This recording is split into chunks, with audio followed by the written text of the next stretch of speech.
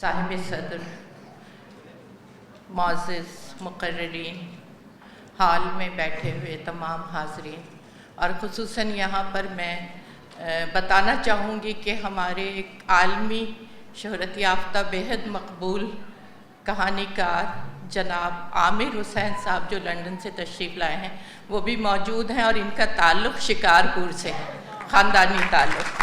تو آج وہ شاہ کی محبت میں یہاں آئے ہیں۔ مجھے دیر ہوئی کیونکہ ہم دونوں ابھی لاہور سے چلے آ رہے ہیں کچھ دیر پہلے خیال فیسٹیول میں، تو اس کے لیے معذرت خواہ ہوں۔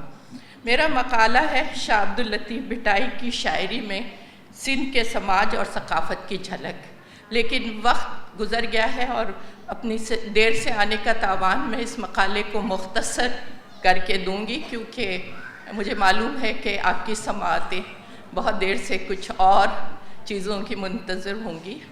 تو یہ میں اس کو جہاں اگر ایبرپٹ کٹتا ہوا نظر آئے تو اس کو معاف کر دیجیے گا کہ ساتھ ساتھ ایڈٹ کرتی جاؤں گی۔ کسی بھی خطے کے سماج اور ثقافت کی تاریخ کا ماخذ اولاً تو تاریخ کی کتابیں ہوتی ہیں اور دوم اس عہد کا ادب۔ تاریخ اس عہد کی وقوع نگاری ہوتی ہے اور اس طرح وہ اس دور میں ہونے والے اہم واقعات کی یکرخی تصویر پیش کرتی ہے۔ ادب تاریخ کی گواہی کے ساتھ واقعات کی کئی جہتوں کو بھی پیش کرتا ہے۔ شاہ لطیف بھٹائی کے عہد کا سماج تاریخی طور پر سندھ میں کلہڑوں کی حکومت کا دور تھا جو مغل بادشاہوں کی باج گزاری سے آزاد ہو گئے تھے۔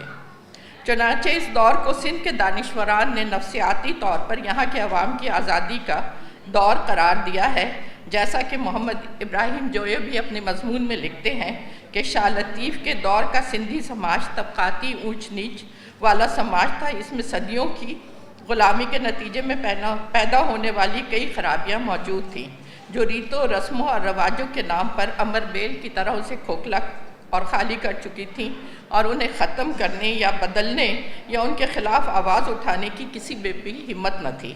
ایسے دور میں شاہ لطیف جیسے قومی شاعر اور سماجی دانشور کی سخت ضرورت تھی جو لوگوں کے شعور پر اثر انداز ہو۔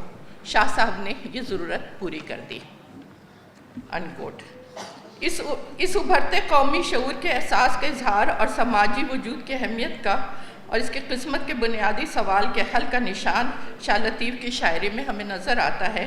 شاہ لطیف کے اس سماجی شعور کی جھلک واضح طور پر ان کے کرداروں میں دیکھی جا سکتی ہے، جہاں ان کے کرداروں کے جد و جہد کے ساتھ ساتھ ان کی نفسیاتی کیفیت کی بھی ترجمانی ہوتی ہے۔ واضح رہے کہ سندھ کی تہذیب دنیا کی قدیم ترین تہذیب ہے، اور جب ہم سندھ کہتے ہیں تو وہ صرف موجودہ سندھ نہیں بلکہ وہ وسیع تر خطۂ زمین ہے جو سندھو دریا کے ساتھ آباد تھا۔ دراصل عظیم سندھو دریا کے کنارے بسنے والی تمام تہذیبیں سندھ کی تہذیبیں تھیں، کیونکہ اس زمانے میں زراعت اور نقل و حمل دونوں کا انحصار دریا پر تھا۔ مہر گڑھ بھی جس کو قدیم ترین تہذیب کہا جاتا ہے، دراصل دریائے سندھ کے کنارے ہی آباد تھا۔ دریا کو جدید شاعری میں جمالیاتی سطح پر لکھا جاتا ہے، لیکن قدیم شعراء نے اسے روابط، سفر اور ہجر کے لیے موضوع بنایا ہے، اور ایسے موضوعات شاہ کی شاعری میں جگہ جگہ نظم ہوتے ہوئے نظر آتے ہیں۔ خصوصاً سر سامنڈی میں ملاحوں کا ذکر ہے کہ کس طرح وہ سفر پر چلے جاتے تھے اور ان کی واپسی کا کوئی دن مقرر نہ تھا، اور پیچھے رہ جانے والوں سے ان کے رابطے کی بھی کوئی صورت نہیں تھی۔ ان ملاحوں کی بیویاں اور محبوبائیں مسلسل کرب انتظار میں مبتلا رہتی، ہجر، تڑپ اور اندیشے ان کا مقدر ہوتے۔ اکیلا چھوڑ کر جاتے ہو مجھ کو، یہاں جتنا ترجمہ ہے میں نے شیخ ایاس کے رسالہ جو ترجمہ ہے شاجو رسالوں کا، اس سے لیے ہیں یہ تراجم۔ اکیلا چھوڑ کر جاتے ہو مجھ کو، سجن تم نے نہ میری بات مانی، جلائے گی مجھے برکھا کی اگنی، سدا روتی رہے گی یہ جوانی۔ زمانہ ہو گیا ہے راہ تکتے، مگر تم لوٹ کر اب تک نہ آئے، گئے ہو تم جہاں اے جانے والو، خبر اس دیش سے کوئی نہ لائے۔ سر سامنڈی میں سندھ کی معاشی تہذیب کی بھی نمایاں جھلکیاں موجود ہیں۔ جانے والے صرف ملاح ہی نہیں ہوتے تھے، ان کے ساتھ تاجروں کا بھی کارواں ہوتا ہے۔ پیچھے رشتوں میں بندھی عورتیں رہ جاتی ہیں جو باوفا اور سراپا انتظار ہیں۔ ان سوداگروں کا ذرا ذکر ان اشعار میں دیکھیے۔ یہ بحری تاجروں کا کارواں ہے، نہ جانے کس گھڑی لنگر اٹھائے، نہیں کچھ اعتبار ان تاجروں کا، جہاز ان کا روانہ ہو نہ جائے، انہیں سوئے دیار موج و طوفاں، ہوائے آب گوں اکثر بلائے، تیرے حق میں غنیمت یہ گھڑی ہے کہ پھر یہ ہاتھ آئے یا نہ آئے۔ شاہ لطیف بھٹائی کی پیدائش اور پرورش ایک ایسے خاندان میں ہوئی جو علم و عرفان کی دولت سے مالا مال تھا۔ ان کے دادا سید عبدالکریم سندھی زبان کے شاعر تھے اور والد سید حبیب کو بزرگانہ قدر و منزلت حاصل تھی۔ تصوف کی تعلیم اور رویے دونوں ہی وہ بے بہا دولت ہیں جو انہیں ورثے میں ملی تھی۔ تصوف جو جستجو، محبت، انسانیت اور خیر کی طرف لے جاتا ہے اور اس راہ میں سب کچھ اپنی ذات پر جھیلنے کا رویہ بخشتا ہے۔ شاہ کی شاعری میں یہ ایک مسلسل موضوع ہے۔ میں مثالیں کاٹ رہی ہوں، صرف چند اشعار۔ آپ ہی دوست، آپ ہی دشمن، آپ آغاز، آپ ہی انجام، اصل میں ایک حقیقت من و تو، درمیاں لاکھ پردے اوہام، زندگی موت سانس دل کی پھانس، کون جانے ہیں تیرے کتنے نام۔ شاہ لطیف بھٹائی عشق مجازی میں بھی مبتلا ہوئے، ہجر کی کیفیت سے گزرے۔ عشق مجازی سے عشق حقیقی تک جو سفر انہوں نے کیا، اس کی خوبصورت جھلک ان کی شاعری میں نظر آتی ہے۔ انہوں نے عشق مجازی کو عشق حقیقی کا آغاز جانا اور اپنی شاعری میں مراحل شوق سے عرفان حقیقت تک کی کیفیات کو سمو دیا۔ انہوں نے نہ صرف خود محبت کی بلکہ محبت کرنے والوں سے بھی عشق کیا اور ان کے کرداروں کو اپنی شاعری میں امر کر دیا۔ شاہ لطیف کی شاعری کا بڑا حصہ عشقیہ داستانوں کی تمثیل گری پر مشتمل ہے۔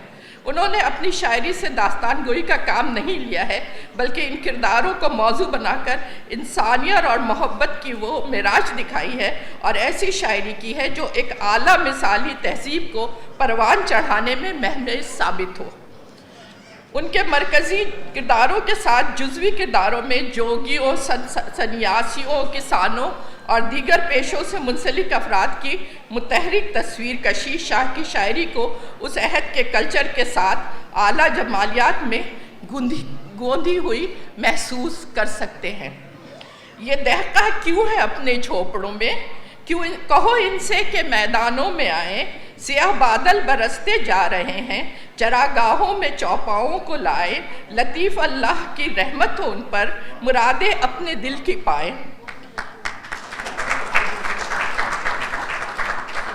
کوکتی ہے شمال میں کوئل، ہل کسانوں نے کر لیے تیار، گلہ بانوں پہ کیف تاری ہے، دیکھ کر یہ فضائے خوش آثار، ابر بارہ کے پیرہن میں آج کتنا پرکیف ہے جمال یار۔ اب دیکھیں کتنی خوبصورت تصویر کشی انہوں نے گلہ بانوں کی ہے۔ شاہ کی شاعری میں اس عہد کے فنکاروں کو بھی پڑھا جا سکتا ہے۔ گانے اور رقص کرنے والوں کی پذیرائی کا حال دیکھیے۔ رنگ محلوں سے آ گیا راجہ سن کے اس نے، رنگ محلوں سے آ گیا راجہ سن کے اس نے نواز کا نغمہ، خلوت خاص میں طلب کر کے آخر کار اس نے حکم دیا، اسپِ تازی و زیب جوہر میری جانب سے دو اسے تحفہ، کیا خبر تھی کہ سازگار نہیں کوئی سوغات اس کے سر کے سوا۔ اس طرح ان کے دور میں لباس بناؤ اور سنگھار اور زیورات کا تذکرہ سر مومل رانوں میں تفصیل سے موجود ہے۔ مثلاً سروں پر سب شالے یا دو شالے، مہکتے بال اور مانگے نکالے، یہ جسم سندلی یہ عنبری بال، یہ چہروں کے تر و تازہ اجالے، کسی کے کان میں سونے کے جھمکے، کسی کے کان میں سونے کے جھمکے، کوئی پہنے ہوئے چاندی کے بالے، انہی میں تھی وہ گل اندام مومل، وہ سب انداز تھے جس کے نرالے۔ تو شاہ لطیف بھٹائی اپنے عہد کی نابغہ ہستی تھے اور انہوں نے تقریباً ہر موسم، ہر پیشے اور ہر کیفیت کو اس طرح باندھا ہے کہ آپ ان کی شاعری میں سندھ کے باسیوں کو دیکھ سکتے ہیں، خاص طور پر تھر کے صحرا اور وہاں کے باسیوں کی مہمان نوازی کا ذکر دیکھیے۔ صدا برسات کا پیتے ہیں پانی، یہ میرے ہم وطن جو پاک ہیں سب، بدن پر کھردری سی اون پہنے، وفادار خس و خاشاک ہیں سب۔ اسی طرح سندھ کی تہذیب میں مہمان نوازی اور خیر خیرات کو جو اہمیت حاصل ہے اس کا بیان بھی ان کی شاعری میں بہت خوبصورتی سے آیا ہے۔ دوسروں کو پلا کے پیتے ہیں، کتنا اچھا اصول ہے ان کا۔ ہر جمعرات کو سنگھاروں نے اپنی بھینسوں کا دودھ ہے باٹا، مائے منم ہے صاحب اثار اور دنیا میں ہے کوئی انسا۔ کیوں نہ رشکائے ان سنگھاروں پر دل سچی اور ہمت عالی، پھر جمعرات کا دن آیا ہے، پھر ہے گھر ان کے دودھ سے خالی۔ یہ اپنے دودھ جمعرات کو بانٹ دیتے تھے، اپنے گھر میں نہیں رکھتے تھے۔